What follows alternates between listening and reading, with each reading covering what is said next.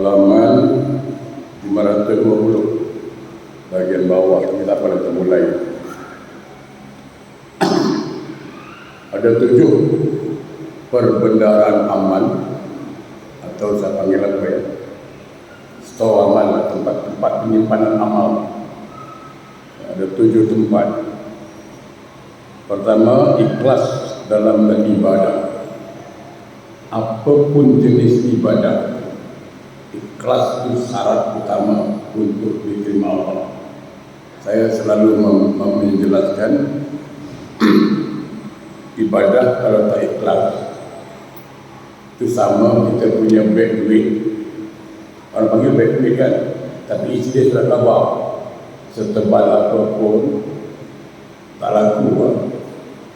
Orang cakap jual murah pun tak dapat beli, walaupun beg duitnya tebal, tapi tak boleh belanja. Problem sama, sebanyak apapun ibadah yang dia buat, sehebat apapun ibadah yang dia buat, tapi kalau tak ikhlas sama aja, tak ada nilai. Jadi hindari perbuatan untuk tidak bersifat riak dalam ibadah. Itu aja. Kalau ibadahnya riak atau pamer, jelas ibadah itu pertama tidak diterima Allah, kedua sebenarnya sedang bermaksiat. Itu hati-hati, jangan ingat di ibadah dia sedang bermaksiat pada Allah. Kalau dia riak, lawan, jangan sampai ada masuk, karena itu senjata iblis, senjata setan. Bagaimana nak merosak amal kita, itu setan juga tu. Macam mana nak merosakkan amal kita. Saya dah bahas minggu lalu. Yang kedua, perbenaran amal yang kedua itu apa? Berbuat baik kepada kedua orang tua. Dalam Al-Quran dikatakan, A'udzubillahi minasyaitonir rajim, Anishkur li wa liwalidayka ilayyal masir. Bersyukurlah kepadaku dan kepada kedua orang tuamu, hanya kepadakulah engkau kembali. Luqman ayat 14. Doa. Walaupun orang itu bangun masjid 1000 masjid dia bangun, walaupun dia tiap malam tahajud menangis, walaupun dia solat berjemaah tiap waktu, walaupun dia hafal Quran, tapi kalau dia tidak buat baik dengan mak bapak, durhaka dengan mak bapak, tetap surga haram dimasukinya. Main-main dengan orang tua. Anti muharramatun min kulli bakhil wa namam wa aqul walidain. Itu bidul tertulis ya dalam kitab Wasatul Mustafa. Rasulullah bersabda, aku kata surga diharamkan masuk pertama oleh orang yang bakhil, si tukang fitnah, dan anak yang durhaka pada orang tua. Makanya kalau kita tak didik anak pada agama sehingga anak lawan dengan kita, kadang-kadang kita yang salah. Kenapa tak ajar dia soal agama? Kan?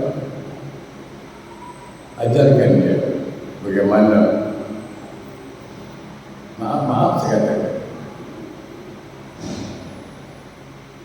mak dia minta duit, dia boleh tanya, tak ada.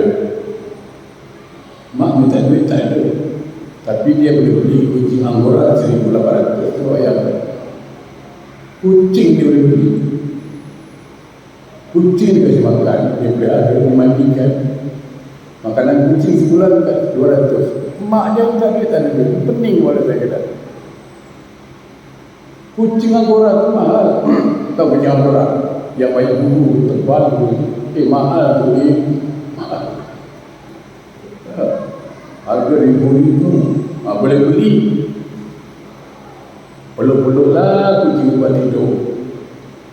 Sampai mak dia cakap apa, kalau boleh aku minta lah hidup lagi ni, kalau ada lah nyawa kedua, kata mak dia, aku nak minta jadi kucing anggora. Ya kan? Kalau boleh lah minta hidup lagi, ya kan? Aku nak minta kepada Allah jadi kucing anggora, biar anak aku belum pula. Itulah. Bukan salah, tapi saya tak mengatakan salah lah peluk kucing anggora, tapi dengan mak dia main-main. Sampai ada mak pinjam duit anak, tak masuk akal. Ya. Mak pakai duit sekejap berapa? 200. Dulu bulan lalu 100 belum bayar. Ya Allah. Tak ada istilah mak pinjam duit itu, tak ada selesai. Tak ada. Kalau nak hitung-hitung berapa mak tu dah keluarkan duit untuk kita, mana ada hutang lagi? Ya kan? Membesarkan kita berapa duitnya, nyolahkan kita banyak bercerita. Jadi sekali lagi, sahabatku aneh. Kalaulah semalam baru ada mengeluh dengan saya, ini saya ingatkan, ini ada mengeluh dengan saya semalam waktu pagi. Ustaz, saya punya anak, tapi anak angkat. Terus sekarang dah rumah tangga. Mungkin karena saya dah beritahu dia tu anak angkat, kerana anak tu dicampakkan gitu ya. Tak tahu campak dari atas, saya sambut aja. Saya tak tahu bahasa campak aku sambut. Entah campak dari atas dia ke bawah, tidak ada pula. Dia cakap anak tu kena campak Ustaz. Saya lah sambut.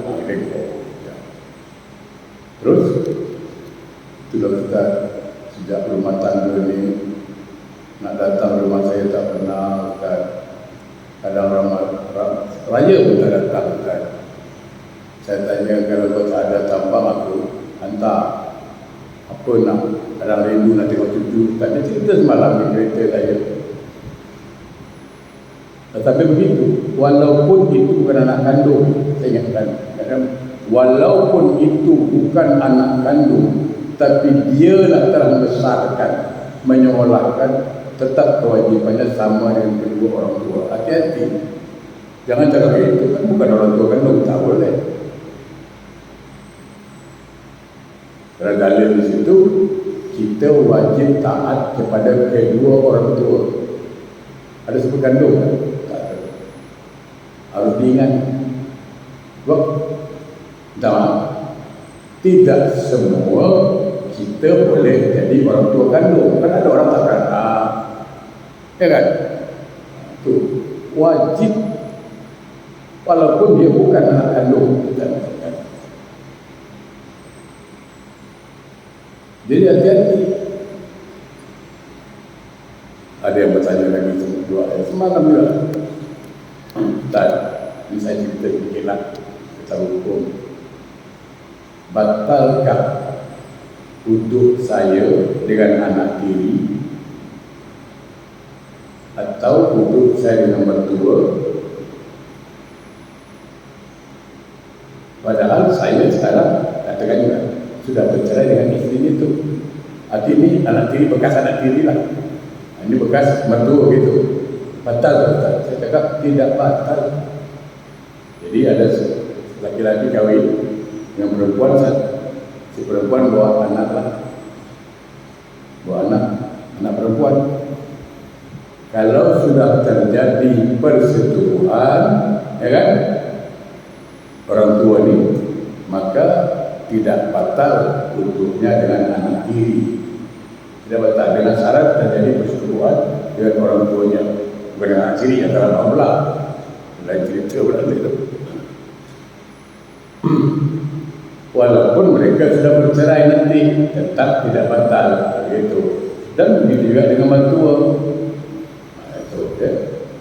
Balik cerita pada orang tua tadi.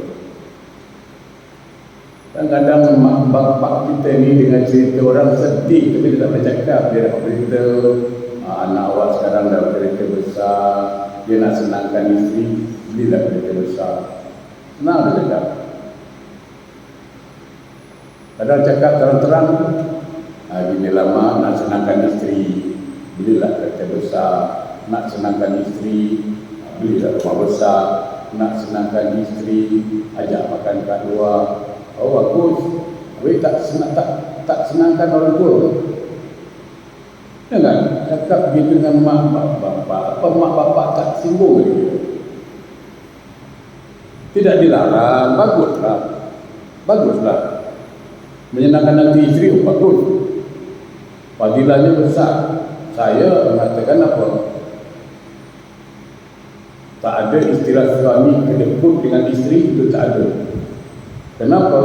Karena mencukupi keperluan isteri itu fadilahnya luar biasa. Lebih aku cintai, kata Nabi, ya?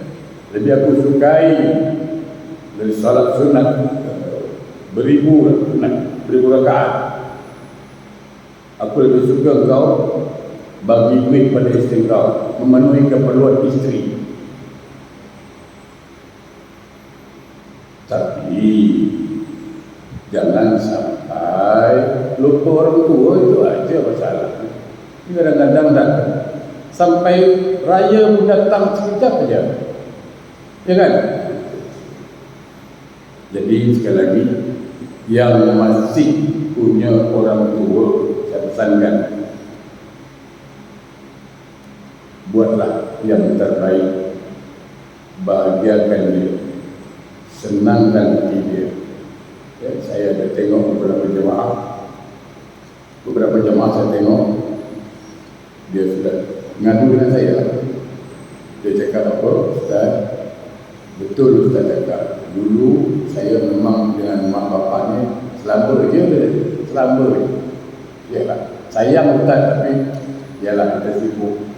Sekarang sejak Ustaz cakap, saya memang lebih sayang, lebih utama. Bahkan saya dulu saya suka ajak orang makan, kalau keluar dengan kawan makan, ya kan? Ajak pergi sana di hotel makan. Sekarang kembali Ustaz, saya ajak mak bapak saya makan kedai, makan luar. Tapi Ustaz, apa yang rasakan? Hidup saya Ustaz tenang sekarang, happy Ustaz. Bahagia Ustaz. Ya, kita buat ngajak kawan makan sampai habis $200.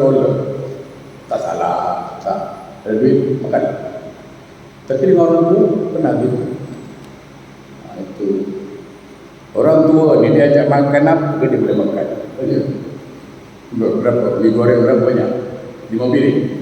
Mie tiaw 3 piring. Tak lah. Membahagiakan dia itu yang penting. Membahagiakan dia, diajak jalan tu, itu bahagia betul.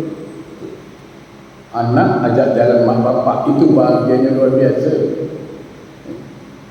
Dengan itu berbuat baik kepada orang tua, itu perbedaan amal yang masih hidup orang tuanya.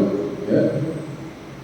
Saya sangat khawatir kalau sempat mak bapak, dia dengan anak ni, dengan mak bapak yang berada, itu matinya jelas, tak boleh mengucap, mati. Walaupun dia alim, walaupun dia hafal Quran. Hadis Nabi riwayat Ibnu Hibban, suhti ummihi hajaba lisanahu an syahadati la ilaha illallah. Murka seorang ibu pada anaknya akan mengunci lisan anaknya bila meninggal dunia menyebut kalimat la ilaha illallah. Itu sayang. Yang ketiga, perbendaharaan amal apa? Silaturahim, mempererat tali persaudaraan.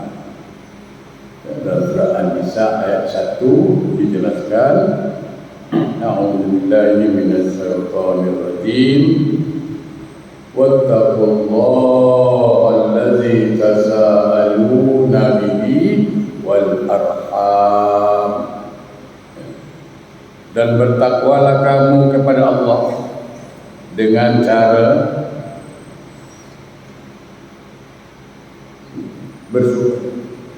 bertakwalah kepada Allah dan jagalah silaturahim, pelihara silaturahim. Baik, jadi setelah kita buat baik dengan kedua orang tua, adik-beradik, silaturahim, jaga, jangan sampai putus. Itu penting. Sebab apa?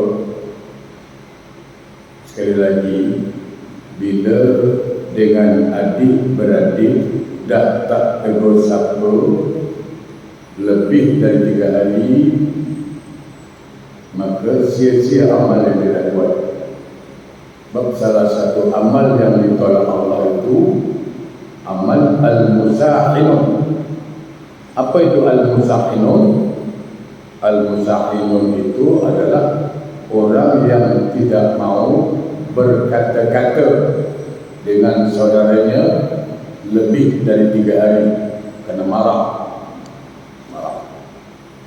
Jaga silaturahim adik-beradik. Adik-beradik apa salahnya? Ya kan? Saya kadang cemburu tengok orang adik-beradik jalan sama, ya kan? Masak sama. Ini siapa ni? Adik saya Ustaz. Oh, bangga. Senang hati dengar dia. Ini siapa? Oh, ini kakak saya Ustaz. Macam mana? Hatijah. Dulu dia bawa adik selalu 3 orang dulu. Ya kan? Di Lombok 3 orang. Rajin jaga silaturahim adik-beradik. Orang Melayu cakap apa? Dipaduai. Jangan putus. Tegur. Kalaupun terjadi hal yang tak baik, katalah tak suka dengan dia, okay? Jangan ada niat tak mau tegur dia. Tegur je lah. Assalamualaikum. Saya baru-baru ini demi Allah saya cakap dengan orang dia. Demi Allah saya 2 hari yang lalu ada seorang pemimpin lah saya katakan, dan satu orang dia punya apa, sekretari apa, saya tak tahu nak cakap sekretari sekarang lagi. Saya depan orang ramai tak boleh benci dengan kamu manusia. Sebab kamu itu manusia ciptaan Allah, ya kan? Kalau benci, saya salah, benci dengan ciptaan Allah. Tapi saya benci dengan sikapnya. Apa dipanggil? Kebijakannya, tapi saya bantah. Benci saya. Tapi orangnya tidak benci. Tapi keputusan yang diambil silakan itu saya benci. Dia ini sekretari, saya tak benci orangnya, tapi saya tidak pernah percaya sama dia. Itu kan kenal, ya kan? Terang-terang orang tengok dia. Silaturahim jaga, silaturahim tetap jaga. Saya tak ada putus silaturahim. Apa?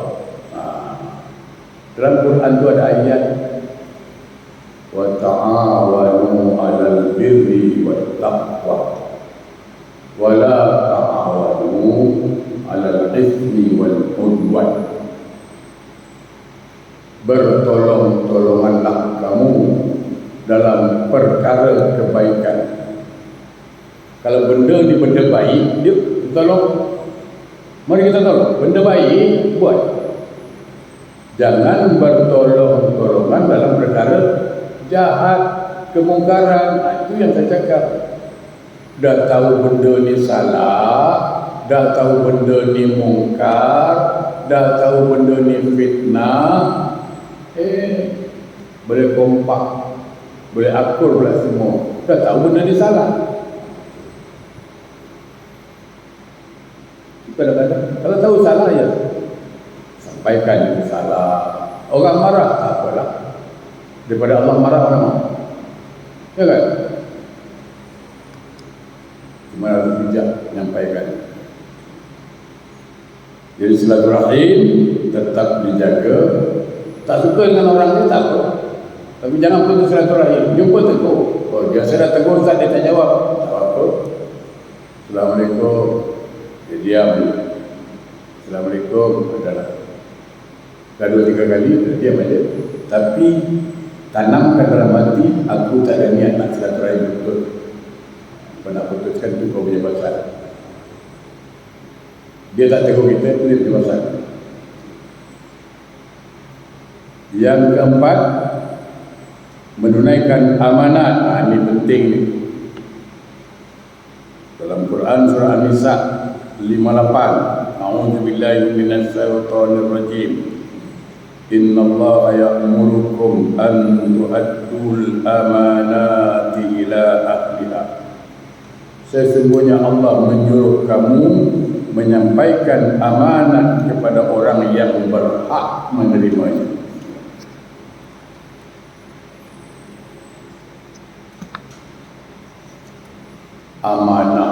Amanat ini adalah artinya satu kepercayaan. Bila orang dah percaya kita, jaga baik-baik kepercayaan itu.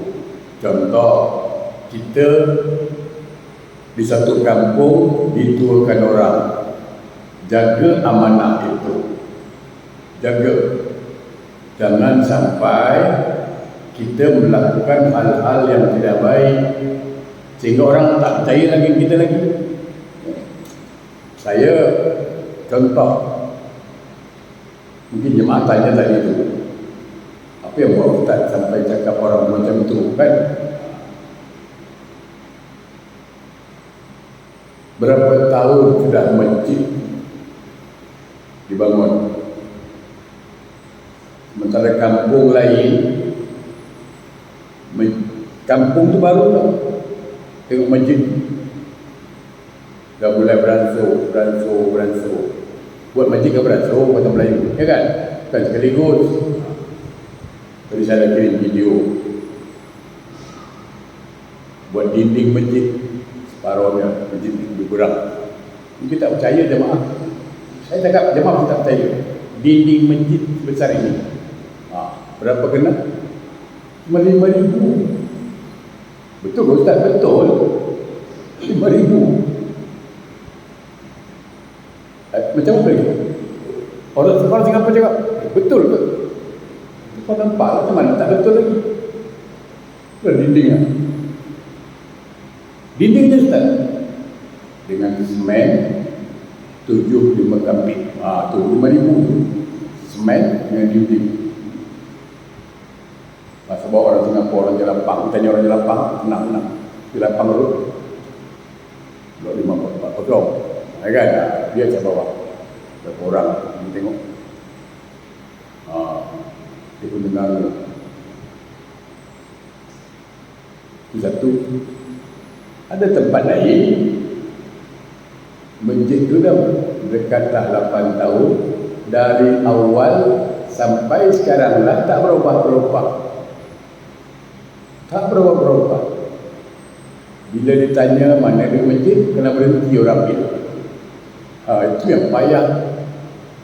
Tanya ada masjid, berhentikan orang dia. Jadi saya punya istilah, kita ni kalau boleh menghidupkan masjid, betul tak? Menghidupkan masjid, janganlah numpang hidup, cari hidup di masjid, kacau lah. Itu saya marah dengan sifatnya, sikap. Kerana banyak kawan dah saya jumpa, kalau tipu di masjid, hidup last ending dia tu susah. Banyak. Amanah tak jaga. Hati-hati. Kalau orang sudah percaya sama kita, jaga tu, jaga. Apa? Nabi pesan, al-amanatu tajlibur rezeki wal khiyanatu tajlibul faqr. Siapa yang jaga amanah, Allah kasih rezeki. Tapi siapa yang berkhianat terhadap amanah, maka Allah kasih dia miskin nanti. Mana ada orang kaya yang pecah amanah? Tak ada. Semua orang yang pecah amanah Semua orang yang berkhianat tengok hidupnya terakhir. Ya kan? Kadang tidak di penjara, mungkin lepas dia, tapi stroke. Kadang rumahnya terbakar, macam-macam. Karena janji Nabi, wal khiyanatu tajibul faqar. Kadang-kadang ada, kadang-kadang untuk mendapatkan amanat, entah itu pangkat ke, entah itu apa, ada istilah kawan makan kawan pun, ada istilah pakai kan orang kita cakap kawan makan kawan. Aduh, saya minta ampun, itu jaga betul. Kalau ada orang percaya sama kita, satu, hargai kepercayaan, hargai. Karena tak semua orang percaya sama kita. Jaga baik-baik. Sebab kalau dah tak percaya, susah nak cakap. Susah. Ya? Kalau dah tak percaya, jawapannya susah. Kadang-kadang jabatan mau, tapi bukan mengurus masyarakat, mengurus yang lain-lain, kepentingan diri sendiri. Tak boleh lah. Makanya dikatakan apa? Bila satu amanah, kata Nabi, diserahkan bukan kepada ahlinya, fantajil sa'ah, tunggulah kehancurannya. Jadi sekali lagi jemaah berbahagia, bila kita diberi amanah oleh orang, bila kita dipercaya oleh orang, mari jaga betul-betul amanah.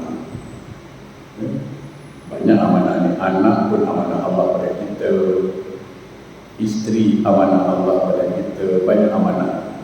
Jaga baik-baik. Jangan gara-gara ingin mendapatkan sesuatu, tahan fitnah orang lain. Ingin mendapatkan amanah orang, tahan. Kawan makan kawan, kata jangan. Jaga amanah.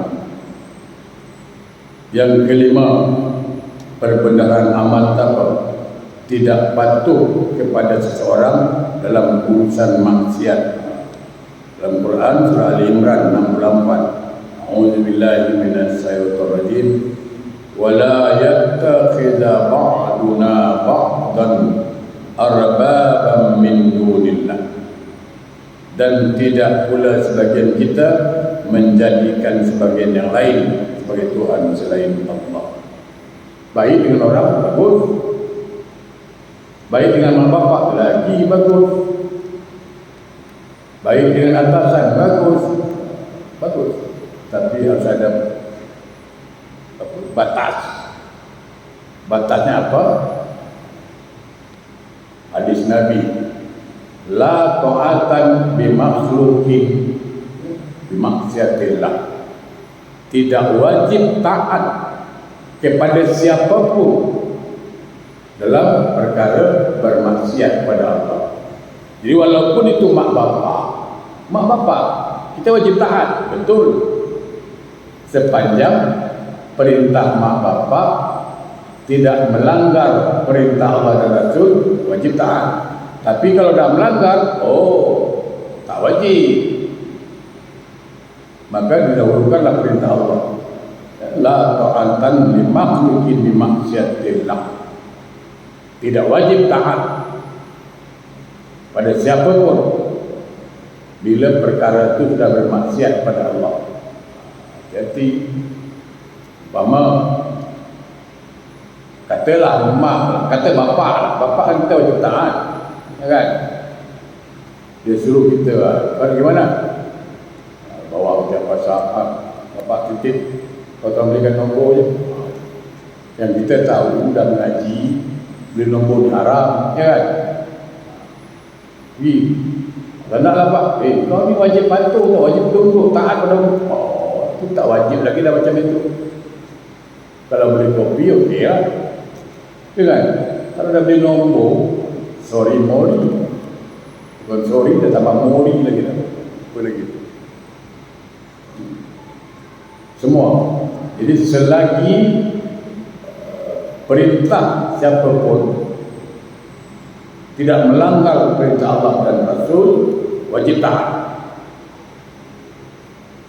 Tapi kalau dah melanggar, tak kira siapa pun dia, tak kira, tidak wajib taat.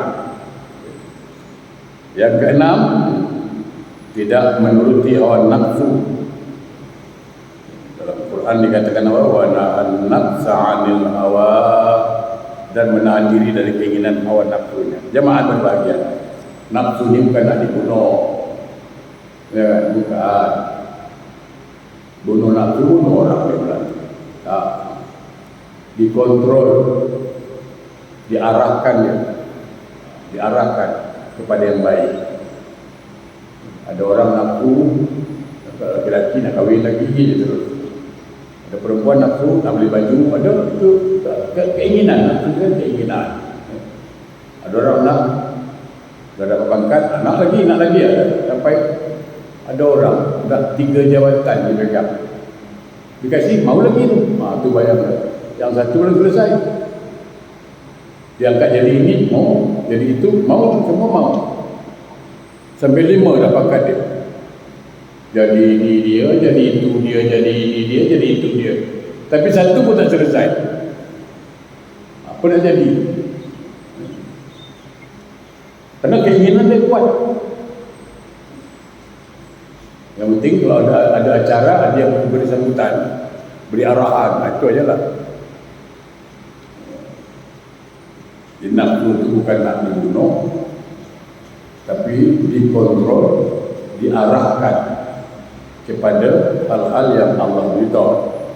Nah, yang ketujuh, bersungguh-sungguh dalam beribadah, takut siksaan Allah. Surah As-Sajdah 16. A'udzubillahi minasyaitonir rajim. Yad'una rabbahum khawfan wa tama'an wa mimma razaqnahum yunfiqun. Mereka berdoa kepada Tuhannya dengan rasa takut dan harap, dan mereka menafkahkan sebagian rezeki yang akan berikan kepada mereka. Jemaah berbahagia, saya selalu mengatakan, orang dalam kubur, baik orang baik ke, orang alim ke, orang zalim ke, orang beriman ke, preman ke, itu semua menyesal. Kalau orang zalim menyesal, patutlah diazab dalam kubur, karena selalu buat zalim, tak solat, diazab, patutlah, itu dia menyesal. Dia cakap apa? Anda yang tahu pedihnya azab kubur, pasti aku takkan sanggup buat maksiat. Tapi kadang terlanjur, ya kan, dah menyesal. Itu orang alim pun menyesal. Kenapa menyesal? Karena dia dapat nikmat dalam kubur dengan amalannya. Dia cakap apa?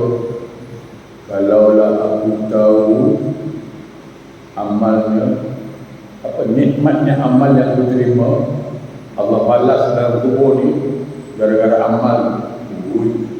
Menyesal aku buat sikit 2 hari. Tengok, kalau aku tahu amalan yang begini apa, hasilnya nikmatnya Allah kasih, menyesal aku kurang amal baik.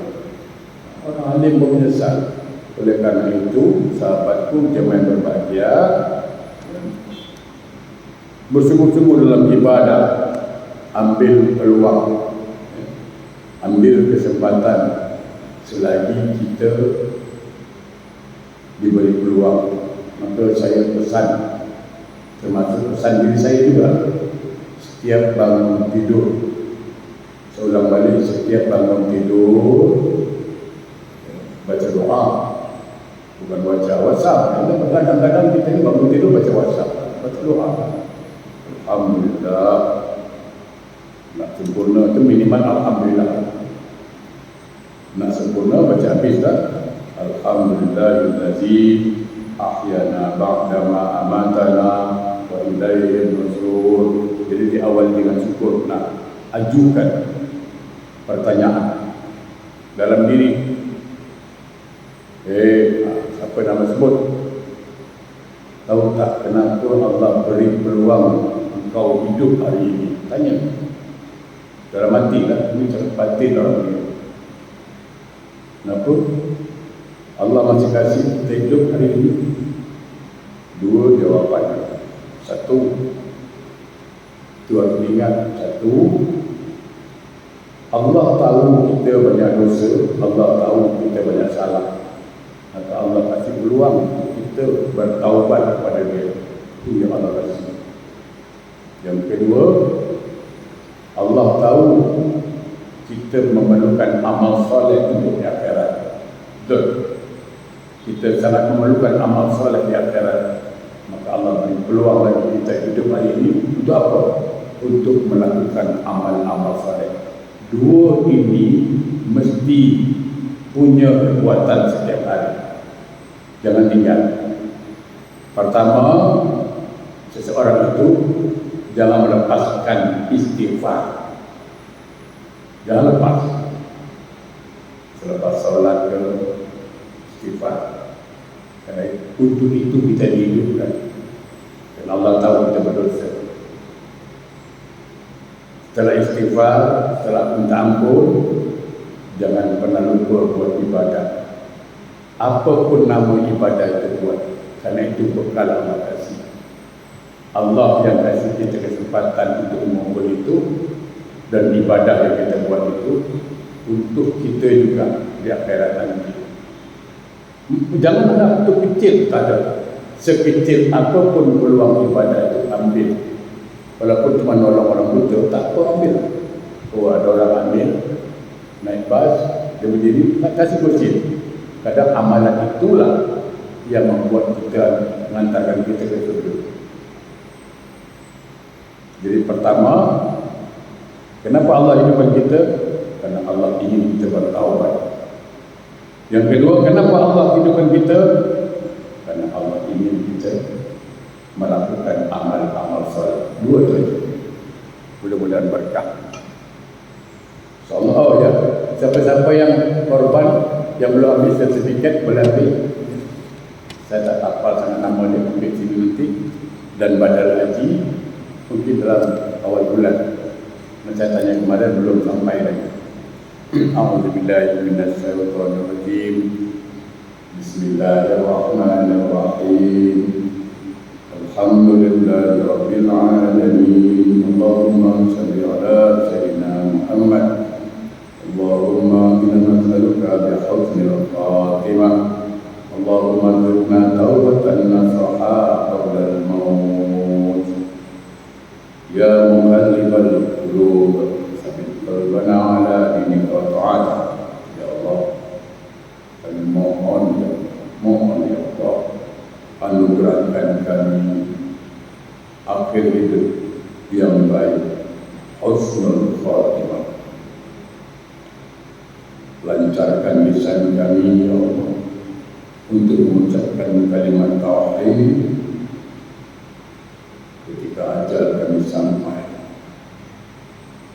Allah, beri kami peluang ya Allah, beri kami rezeki ya Allah, yakni dengan bertaubat, dengan sebenar-benar taubat sebelum ajal kami sampai.